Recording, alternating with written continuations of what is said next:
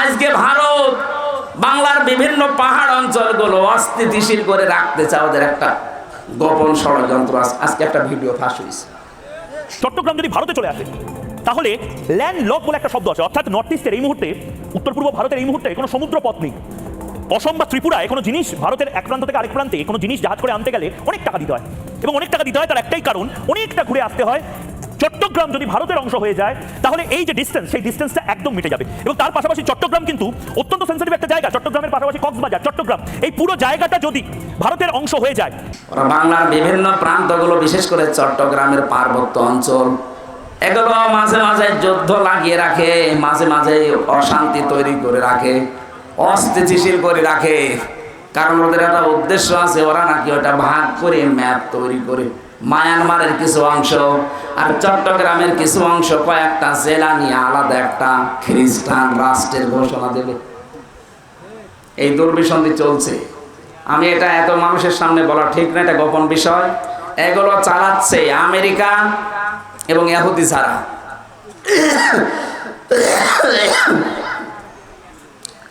এদের এই গোপন ষড়যন্ত্র যদি বাস্তবায়ন হয়ে যায়, এই যে উপদেশটা 3 বার পাল্টিয়ে গেল, ডক্টর মোহাম্মদ ইউনূস থেকে একবার, এরপরে আবার কয়েকজন, এরপরে কয়েকদিন আগে আবার 3 জন। এগুলো এমনি এমনি করছে না, একটা দুর্বিসন্ধি আছে। সব চাইতে ভয়ঙ্করের ভেতরে এই ফারুকি, এই লোকটা মেয়েতে মেয়েতে, ছেলেতে ছেলেতে বিয়ে করা, এই যে সমকামিতা, এটা প্রমোট করে। এইগুলো নিয়ে সে সিনেমাও বানিয়েছে। এই যে পরকীয়া প্রেম করে মানুষ উদ্বুদ্ধ হয় কি করে, সে তার নিজের স্ত্রী তিশাকে এই সিনেমায় কাজে লাগিয়েছে। Third person singular number, bachelor, আমি উপন্যাস পড়েছিলাম, ওইগুলো দেখছে এখন সিনেমা বানাচ্ছে। আমার বিশ্ববিদ্যালয়ে থাকাকালীন একটা অভ্যাস ছিল, ক্লাসের পড়া যাই হোক, আমি উপন্যাস পড়তাম খালি। এই দেখেছিলাম ওই সময়, ওইগুলো দিয়ে দিয়ে এখন নতুন নতুন সিনেমা তৈরি করছে। আর এগুলোর লেখক যারা, আমি ওই লেখকের নাম নিতে ঘৃণা করি। ওই মানুষগুলো যা করে গেছে, পরকীয়া প্রেমের মাধ্যমে পুরো একটা সংসার জাহান্নামী হয়ে যায়। 2, 3, 4, 5 সন্তানের ছেলে মেয়ের মা সব রেখে আল্লাহর রাস্তায় চলে যাচ্ছে। কথা বলছেন না? বলছে ঠিক, ওটা আল্লাহর রাস্তা, শয়তানের রাস্তা না। পরকীয়া প্রেমে যারা আছেন, আপনি আজকে তওবা করে ওই মোবাইল নাম্বার, ওই বান্ধবীর বলেন আর ওই পরকীয়া প্রেমিক প্রেমিকা এক্ষুনি ডিলিট করে দেবেন। ও বলছে ঠিক, তার মানে ওর মোবাইলে আছে। মরণের যন্ত্রণা যে শুনি,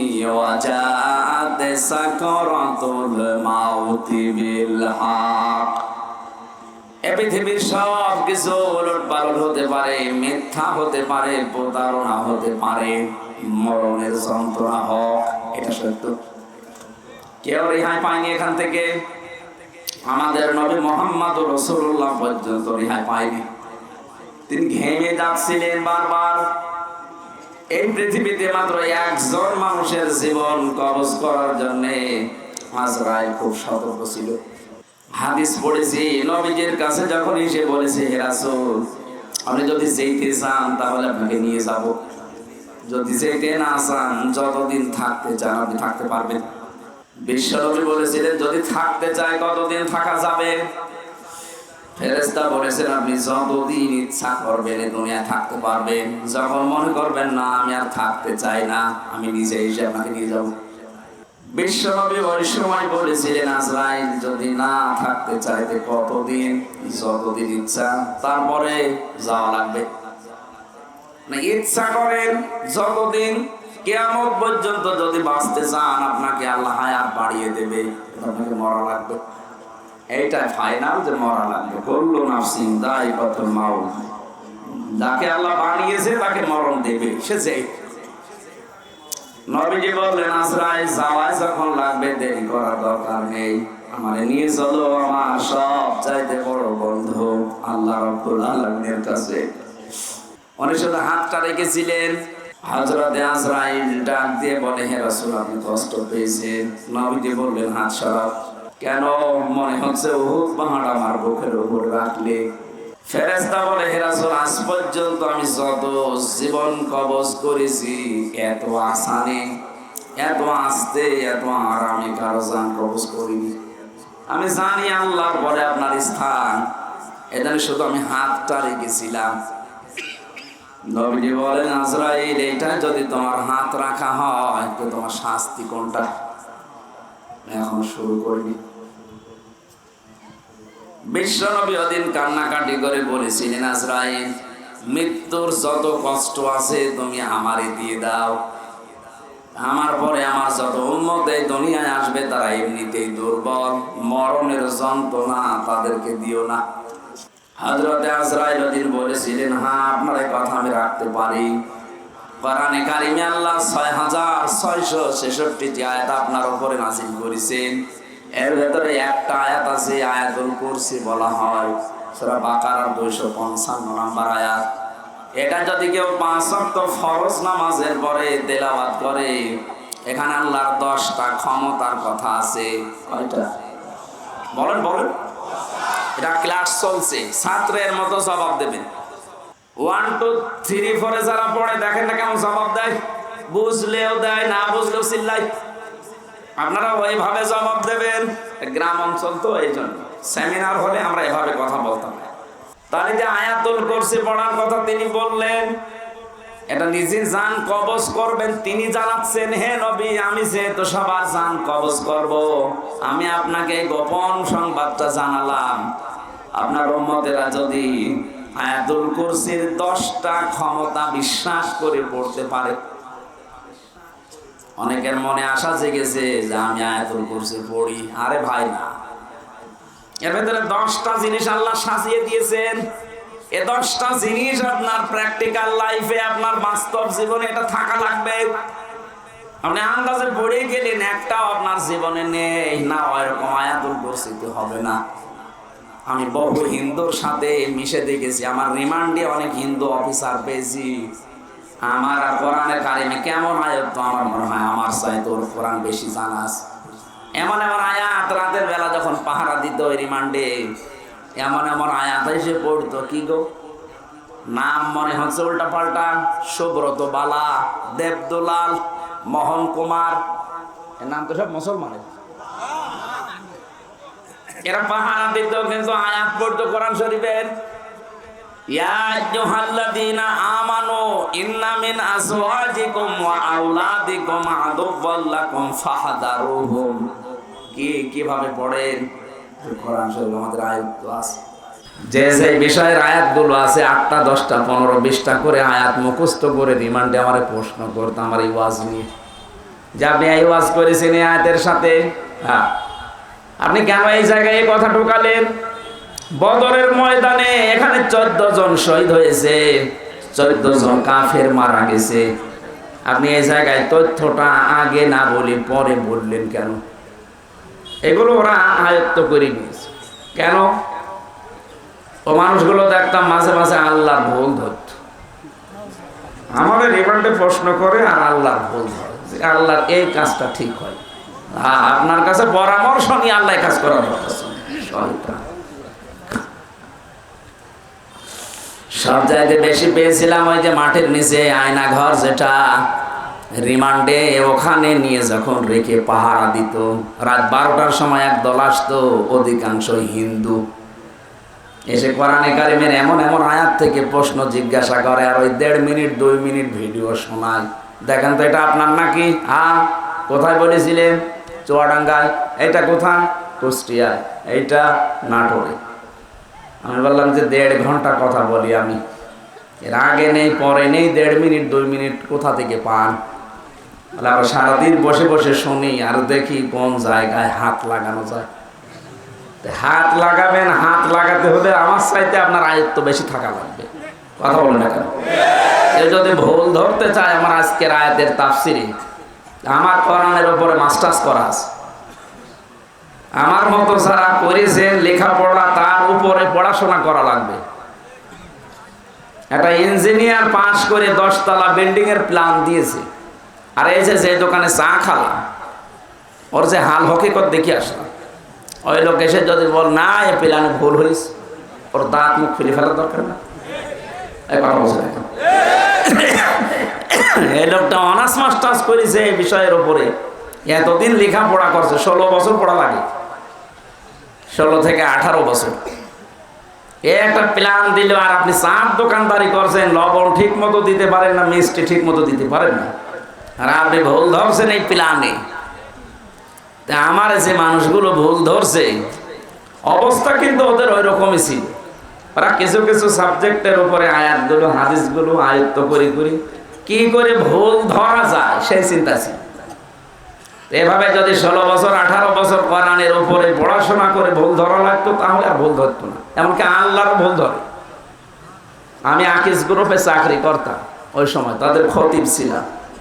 আপনারা অনেকে জানেন না, আকিজের বড় ছেলে যিনি এখন ডাক্তার মহিউদ্দিন, ওনার 4টা স্ত্রী, 4 বিয়ে করা তো জায়েজ নেই।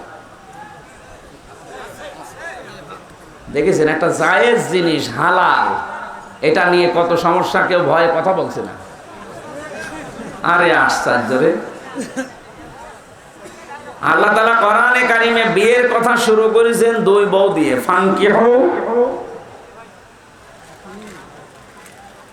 নিকাহ করো, বিবাহ করো। কয়টা? মাসনা 2টা, সুলাসা 3টা, রুবা 4টা। আল্লাহ কি 1 দিয়ে শুরু করেছেন না 2 দিয়ে? তাহলে বউ 2টা থাকলে ভালো। যদিও আমাদের এই দেশের সামাজিক পারিবারিক যে অবস্থা, এটা এই দেশের মানুষ মেনে নেয় না। আমি বিশ্বের বহু মুসলিম দেশে ঘুরেছি, ওই সমস্ত দেশে শরীর চলে না 3-4টে বউ। আমি যে ড্রাইভার নিয়ে যেতাম মদিনায়, ও আমার চাইতেও চিকন, ঠেলা দিলে পড়ে যাবে, অথচ 4টে বউ গাড়ি চালায়।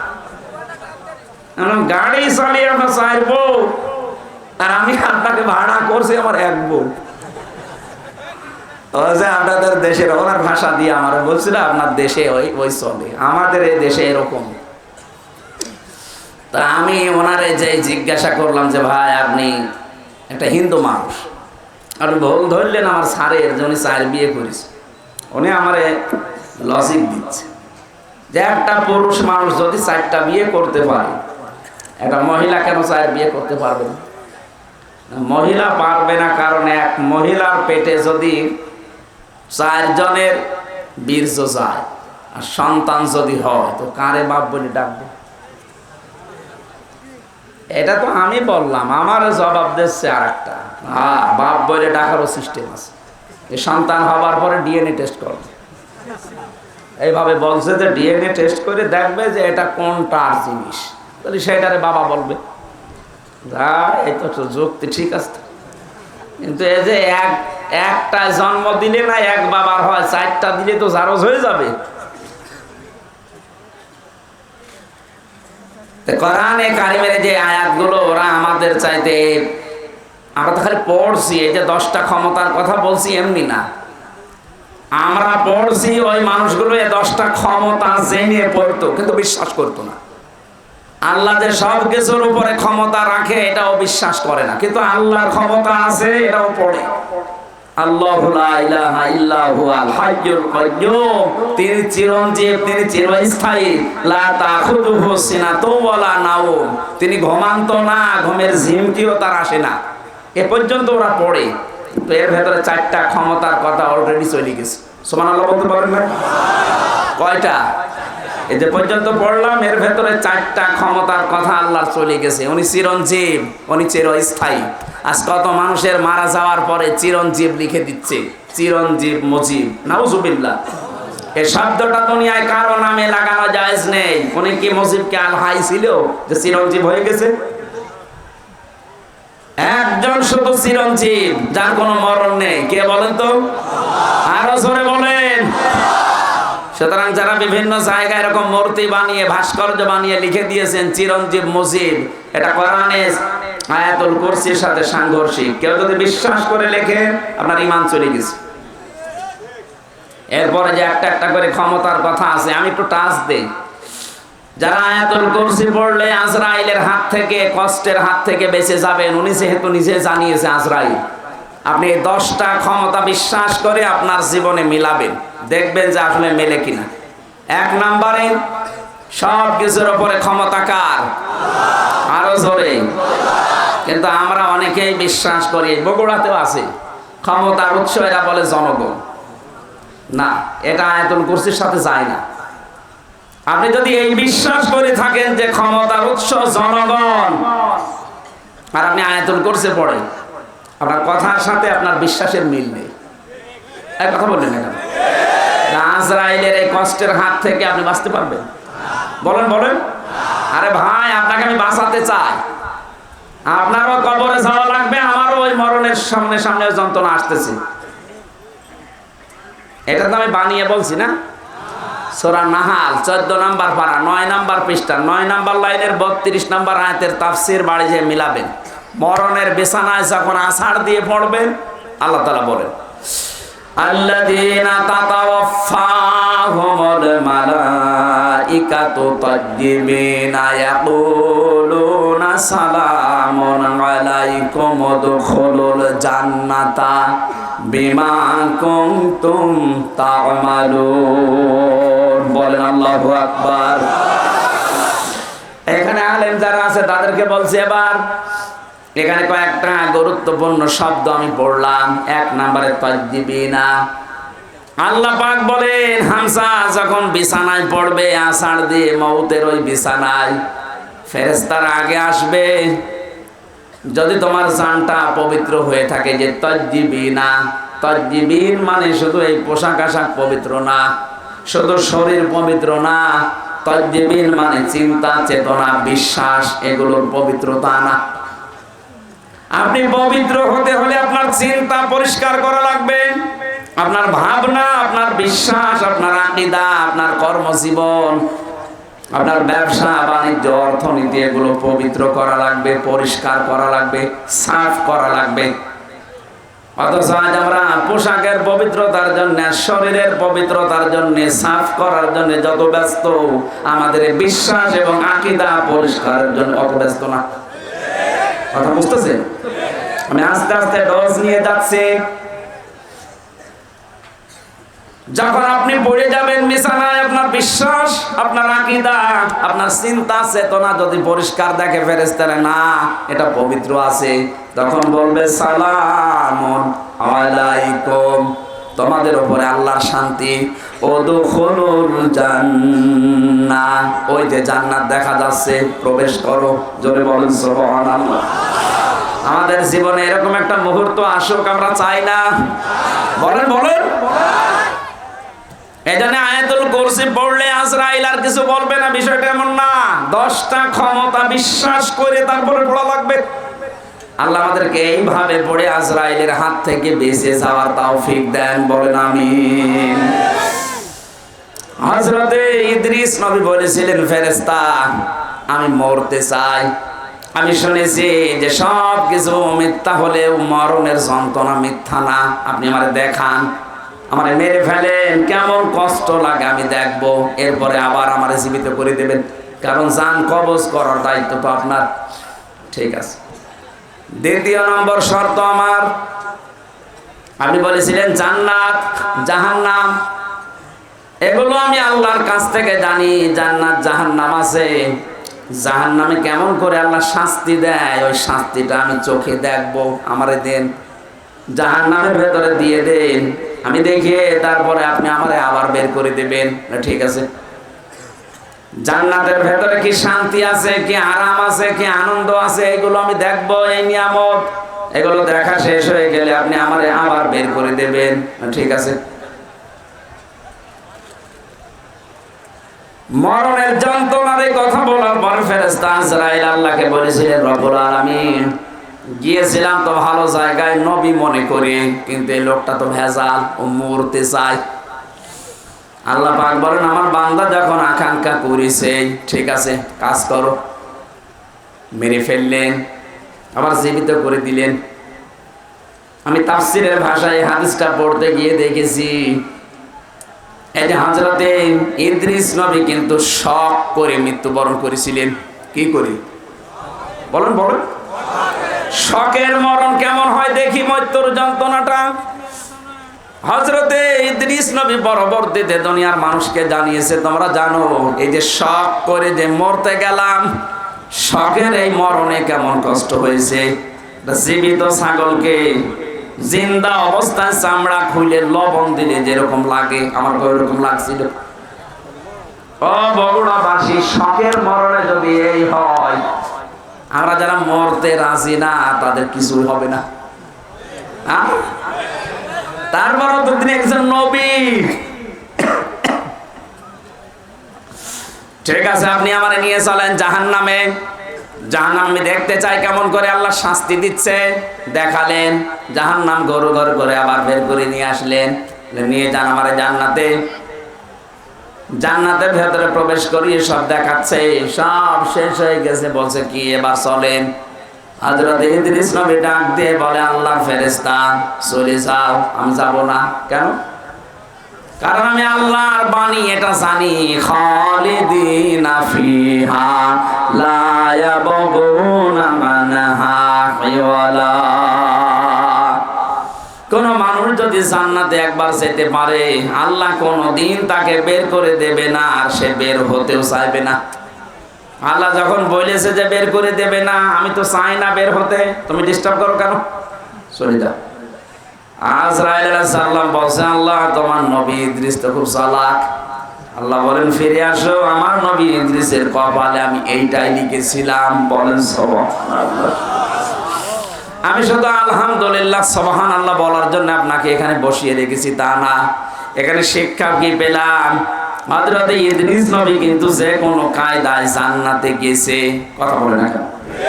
ওনাকে আল্লাহ বের করে দিয়েছে। আর উনি নবীজির কথা অনুযায়ী এটা যদি জান্নাতের বাগান হয়, বিশ্বাস আমাদের আছে না নেই? তাহলে এখান থেকে আমার আল্লাহ আপনাকে বের করে দিচ্ছে, আপনি বের হয়ে যাবেন। এখন যেটা চলে যাবে মনে হবে জান্নাত ভালো লাগছে না, এবার চান চলে যা, হয়তো চলে যাচ্ছে না। আপনি জাহান্নামে যাবেন, জান্নাত ভালো লাগছে না, চলে যান। যারা এই ময়দানে এসে সত্যি জান্নাত মনে করে আমরা বসে আছি, যদিও জান্নাতের ভেতরে এরকম পচা লাইট থাকবে না। এরকম লাইট থাকবে, কয়েকটা সামিয়ানা দিয়ে ঘিরে দেবে নাকি? হাদিস হচ্ছে, যাকে সর্বনিম্ন জান্নাত দেওয়া হবে তামাম দুনিয়ার 10 দুনিয়ার সমান। আর যারা জমি জায়গা হয় না, খালি মানুষের টা আত্মসাৎ করে, তাদের কত জমি লাগবে, এরকম দুনিয়া 10টা বানিয়ে দেবে। জোরে বলেন আল্লাহু আকবার। এই জন্য আল্লাহ রাসূলের প্রতি যাদের বিশ্বাস আছে, এ দুনিয়া তাদের কাছে তুচ্ছ মনে হয়। আমরা হয়তো ওই পর্যায়ে পৌঁছাতে পারিনি, তাই যারা হালকা পাতলাও পৌঁছিয়ে গেছে, শুধু বাংলাদেশ না তামাম দুনিয়াও তার কাছে মশার ঠ্যাঙের মতো মনে হয়। কারণ তামাম দুনিয়া না, এরকম 10টা দুনিয়া আল্লাহ তার ইমানের কারণে তাকে জান্নাতে দান করবেন। আল্লাহ যেন আমাদের এরকম একটা পরিবেশ দেন, বলেন আমিন। দরুদ আর সালাম পাঠ করার মাধ্যমে আমরা কোরআনে কারিমের একটা আয়াত পড়েছি, সূরা নিসা। কোন সূরা? আজকের আলোচনার বিষয় হচ্ছে অধিকার। এই জিনিস থেকে আমরা প্রায় 53 বছরই কম বেশি বঞ্চিত আছি। অধিকার থেকে আমরা বঞ্চিত না?